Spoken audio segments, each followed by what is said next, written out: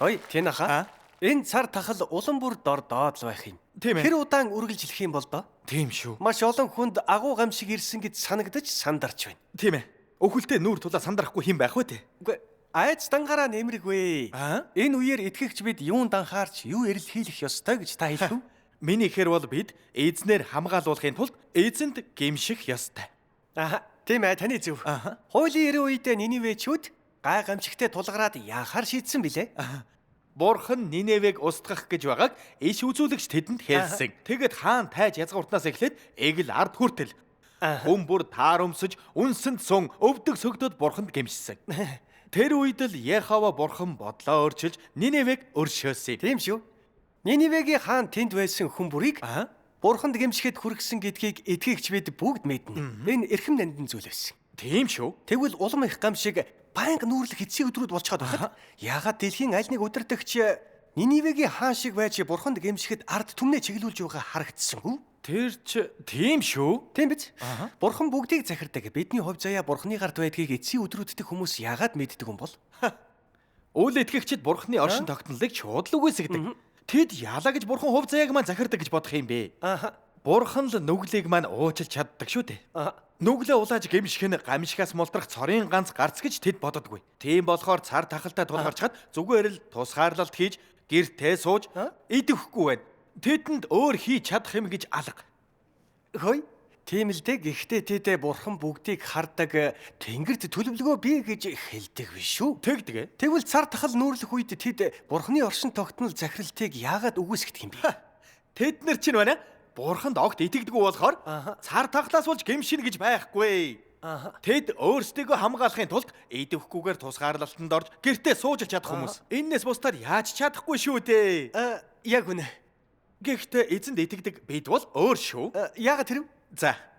Цар тахлын үед бид залбирч нүглээ улааж гэмшихэд 2 дахин их чармалт гаргадаг. Энэ нь гамшигын үед бидэнд юу ч тохиолдохгүй гэх баталгаа болдог. Бид үнэхээр үүнд итгэдэг. Таны энэ итгэл маш эрхэм нандин юм. Тийм шүү. Гэхдээ эзэнд нүглээ улаах нь бидэнд юу ч тохиолдохгүй баталгаа болдог гэх нь үндслэлтэй гэж юу? Нүглээ улаах нь гэмшигтэй адилхан уу? Би тэгж бодохгүй байна. Байз. Эзэнд залбирч нүглээ улаахаар эзэн бидний нүглийг уучилдаг. Энэ жинхэнэ гэмшил биш гэж юу? Эзэнд итгэснээр нүгэл маань уучлагддаг нь үнэн. Гэхдээ энэ жинхэнэ гэмшилтэй адил гэж юу? Тэгээд өөр юм уу? Бид үргэлж залбирч нүглээ улааж байгаа ч худал эхэлж нүгэл үлдсээр байдаг. Эзний үгийг бид хэрэгжүүлж чаддаггүй шүү дээ. Зүгээр л өдөржин нүгэл үлдэж нүглээ улаадаг. Энэ бол дуусшгүй мөчлөг. Энэ жинхэнэ гэмшил мөн үү? Үгүй. Таны энэ үг нээр л үнний ордоо санагдаж байна. Тэгвэл эзэнд залбирч нүглээ улаах нь жинхэнэ гэмшил тооцогддоггүй юм уу? Хэрвээ бид эзний үгийг хэрэгжүүлэлгүй тийм юм л хийгээд байвал жинхэнэ гэмшил биш шүү дээ. Эзэн Есүс гэмшцгээ Тэнгэрийн хаанчлал ойрхон байна гэж хэлсэн. Бас Матай 7:21-23-т юу гэсэн байдаг вүлээ? Намайг эзэн минь гэсэн бүхэн Тэнгэрийн хаанчлалд орохгүй. Харин Тэнгэрт байгаа миний эцгийн хүслийг биелүүлдэг хүн орно. Тэр өдөр олон хүн эзэн минь бид таны нэрээр иш үзүүлээгүй гэж юу? Таны нэрээр чөтгөрүүдийг хөөгөөгүй гэж юу? Мөн таны нэрээр гайхамшгуудыг үйлдэж байгаагүй гэж юу гэх болно. Тэгэхэд нь би тэдэнд би та нарыг хизээж танихгүй. Ёс бусыг үйлдэгч та нар надаас зайл гэж хэлнэ. Библийн эдгэр ишлэлийг та юу гэж ойлгодог вэ? Эзэн минь гэж хашгирдаг хүн болгон үнэхээр гэмшсэн үү? Үгүй ээ. Тийм шүү. Гэмшээгүй. Бүгд бол гэмшээгүй. Гэж зарим хүн гэмшилгүй зүгээр л нүглээ улаадаг. Эзэн тэднийг хизээж цаашаа чадахгүй. Харин даруй төлөв төвчээртэй давс гэрэл байхаар эрэлхийлдэг. Бие захирч загалмай үрж эзнийг дагдаг хүмүүс. Бүгд үнэхээр гэмшсэн биш үү? Жинхэнэ гэмшлийг та ингэж ойлгодог байх нэ? Энэ буруу гэж юу? Яг буруу ч биш л дээ. Та зүгээр баг зэрэг хадуурчихсан шиг байна. Юу? Хадуурсан? Та сайхан авирлахыг жинхэнэ гэмшил гэж хэлж байгаа юм уу? Тэгэд тийм биш юм уу? Тийм биш ээ. Фарисеучуд өдөр бүр судар тайлбарлаж сайн мэдээ түгэн газар сайгүй явсан. Тэгээд маш их сайн үйл үйлдэж байгаа харагдсан. Тэдний хүн бүр үнэхээр сүсгтэй гэж боддог байсан. Гэхдээ эзэн Есүсийг гарч ирж ажиллаа хийх үед фарисеучуудын мөн чанар илчлэгдсэн. Тэд эзнийг яллаж, доромжилж, эзнийг загалмай цовдлоход тус болсон. Үүнд ямар асуудал байсан бэ? Яагаад эзэн тэднийг 7 золгүй явдлаар хараасан бэ? Хэрвээ тэд үнэхээр гэмшсэн бол эзнийг эсэргүүцэж яллаж яаж чадах юм бэ? Аа? Тийм биз дээ. Тэр ч үнэхээр тийм шүү. Хөөе. Тэгэхээр сайн үйл хийх нь үнэхээр гимшиж байгаад тооцогддгүй гэж үү? Мэдээж үгүй. Бодоод үзэлдээ. Үргэлж эзэнд залбирч нүглээ улааж сайхан авиралдаг хэрнээ дараа нь зүгээр л өөрөө ирэхгүй худал хэлж нүгэл үлдэж бүр бурхныг эсэргүүцэж ялалдаг бол бурханд захирагддаг хүн мөн үү? Бурхны хүслийг биелүүлдэг хүн мөн үү? Эзэн тэднийг сайшаах уу? Мэдээж үгүй. Яагаад? Юу, эзнийг яллаж эсэргүүцсээр байвал тэр нь яаж жинхэнэ гимшил байж чадах юм бэ? Ааха. Жинхэнэ гимшил гэж юу болохыг одоо та ойлгож байна. Нүглээ уучлуулсан ч нүгэл үйлдэж бурхныг эсэргүүцсээр байдаг хэн бүхэн яавч үнэхээр гимшээгүй байдаг. Сайн мэдээ түгээж гэрчлэл хийхийн тулд гэр бүл ажлаа орхидог хэрнээ үннийг хизээж хэрэгжүүлдэггүй эзэн захирагддаггүй итгэгч олон бий.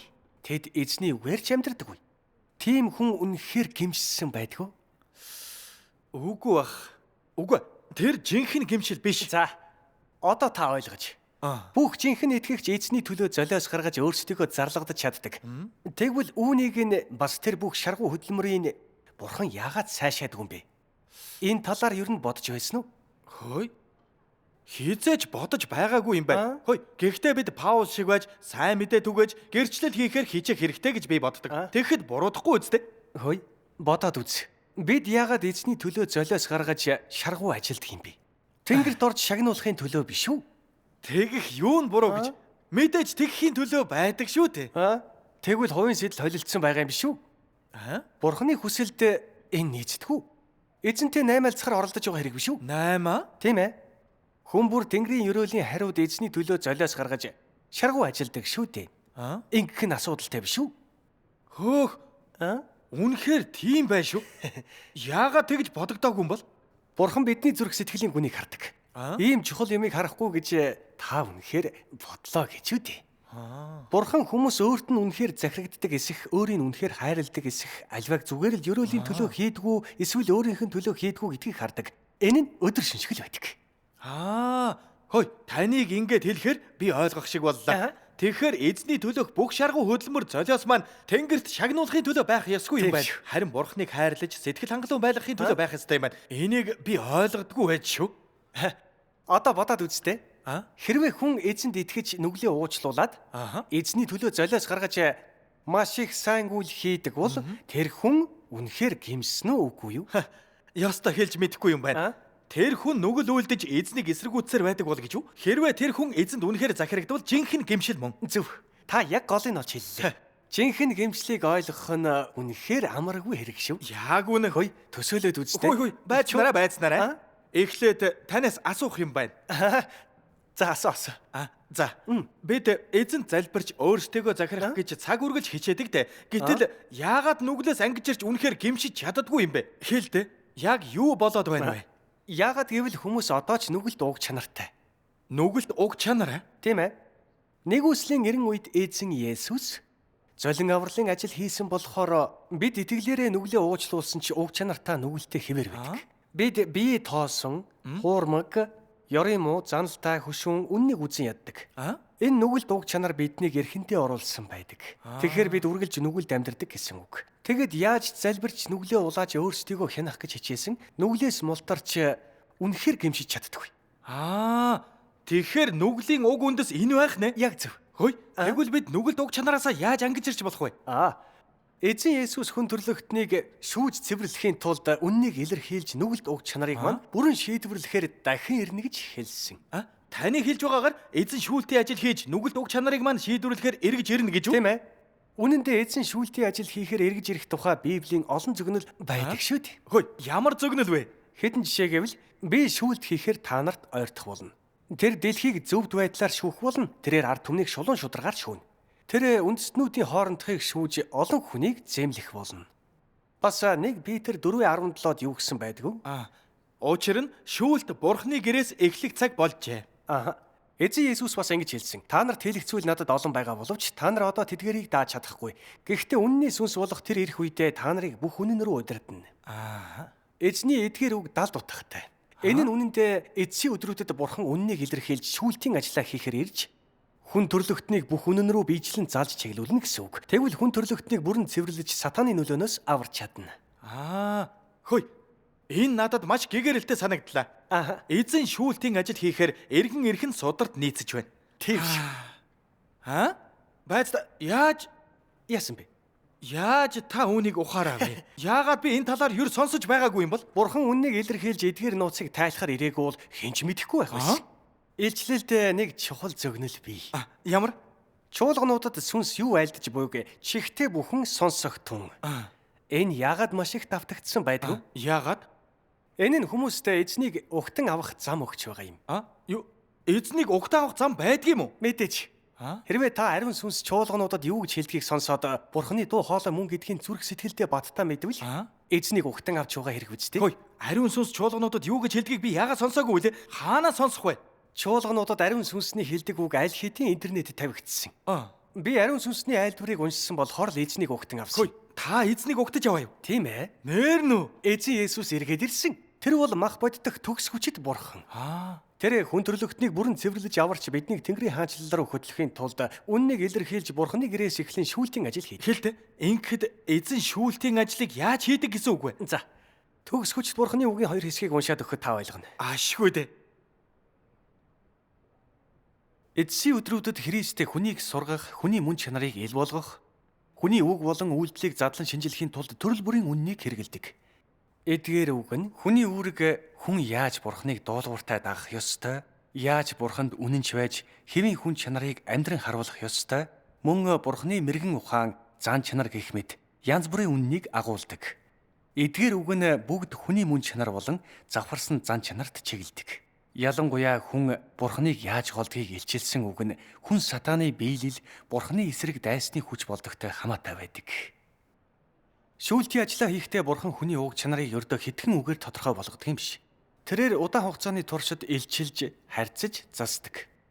Илчлэлт, харьцалт болон засалтын эдгээр аргыг энгийн үгээр бус харин хүний огтхонч эзэмшдэггүй үннээр л орлуулж болно. Ийм арга барилыг л шүүлт гэж нэрлэж болно. Ийм шүүлтэл хүнийг номхруулж, түүнийг үнэмшүүлэн Бурханд дуулууртай байлгаж, Бурханыг үнэхээр мэддэг болгож чадна. Юу? Үлдсэнийг би уншия. За. Шүүлтийн ажлын авчирдаг зүйл гэвэл Бурхны жинхэнэ дүр төрхийн тухай хүний ойлголт. Өөрийнх нь тэрслүү байдлын тухай үнэн юм. Шүүлтийн ажил нь хүнд Бурхны хүслийн тухай, Бурхны ажлын зорилгын тухай, хүн ойлгошгүй нууцуудын тухай ихээхэн ойлголт олж авах боломж олгодог.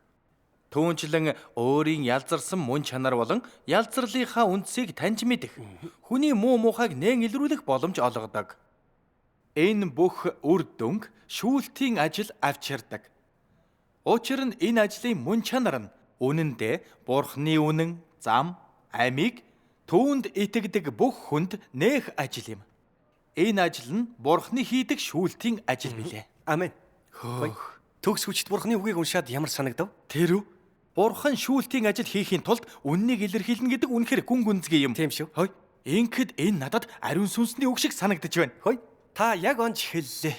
Энэ бол чуулгануудад хандсан ариун сүнсний үг юм. Бурханд талархъя. Төгс хүчит Бурхан хүн төрлөختнийг цэвэрлэж аврахын тулд бүх хүннийг илэрхийлж, ертөнцийн ёрын муу, харанхуй уг үндсийг бас сатан хүнийг яаж завхруулсан тухай үннийг ил болгодог.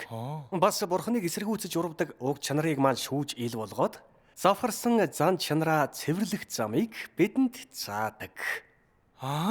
Бурхан шүүлтийн ажлаа ингэж хийдэг байх нь. Яг зөв. Бурханы шүүлт гисгэлтийг туулсны дараа бид Бурханы зөвд зан чанарыг мэдж, Бурханыг эсэргүүцдэг сатанлаг уг чанарын талаар жинхэнэ ойлголттой болж, өөрсдийгөө үзен ядаж, харуулслаар дүүрч Бурханы өмнө сөгдөн гэмшдэг. Бурханы үгийн шүүлт гисгэлтээр бид нүглийн хүлээсээс аажмаар ангиж ирж, Бурханыг хүндэлж, Бурханд дуулууртай болдог. Жинхэнэ гэмшил гэж энэ юм шүү дээ.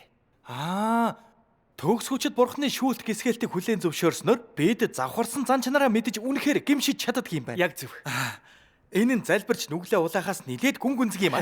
Төгс хүчит Бурханы эцсийн өдрүүдийн шүүлтийг хүлээн зөвшөөрснөөр нүглийн асуудлыг шийдвэрлэж чадах. Таны төмөн зөв. Төгс хүчит Бурханы шүүлтийн ажил бол хүмүүс цэвэрлэгдэж бүрэн аврагдах цорын ганц зам юм. Эцсийн өдрүүд дэх Бурханы ажлыг хүлээн зөвшөөрч илэрхийлдэг бүх үннийг зөвшөөрөөд үнэхээр гэмшиж чаддаг хүмүүс л гамшигын үеэр Бурханы хамгаалтыг хүртэн. Тэд сөөрөлд өртөхгүй. Тийм байх нэ. Хөөе. Библийн нэг ишлэл миний санаанд орлоо. Аль нь тэр вэ? 1000 хүн дэргэд чинь унаж 10,000 хүн баруун гар талд чинь унана. Гэвч энэ гамшиг чиний ойр очихгүй. Эцсийн өдрүүд дэх төгсөвчд Бурхны шүүлтийг хүлээн зөвшөөрж, үнэхээр гимшигэн л биднийг гамшигаас хамгаалж чаддаг бололтой. Тийм ээ, яг үнэ. Би урд нь эзэн залбирч нүглээ улаавал эзний саашаалыг хүртээд ямарч гамшигаас айх хэрэггүй болно гэж боддог байсан. Тийм маягаар хамгаалагдана гэж бодсон шүү. Гэхдээ одоо бодох нэ. Миний энэ бодол дэмий мөрөөдлөөс цаашгүй байж. Бурхан талархъя. Эцэст нь та ойлгож. Бурхан талархъя. Гэхдээ гамшиг араасаа нүүрлэх үед ч Бурханд гэмшихгүй бах байдгаараа үлдсэн хүн бас их юм шүү. Төгс хүчит Бурхан гарч ирээд ажиллаж эхлээд 30 гаруй жил болж байна. Түүний үг аль эртнээс олон хэлээр орчуулагдаж интернетэд тавигдаад түүний илрэлтийг ил тод гэрчилж байна.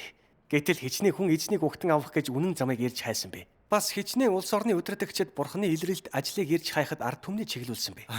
Нэгэн ч тэгээгүй. Яг үнэ. Эцсийн өдрүүдийн хүмүүс маш завхарсан байдаг. Хүн бүр Бурхныг голж үгүйсгэж нүгэлд амьдарч нүгэлт таашаалж шундаг.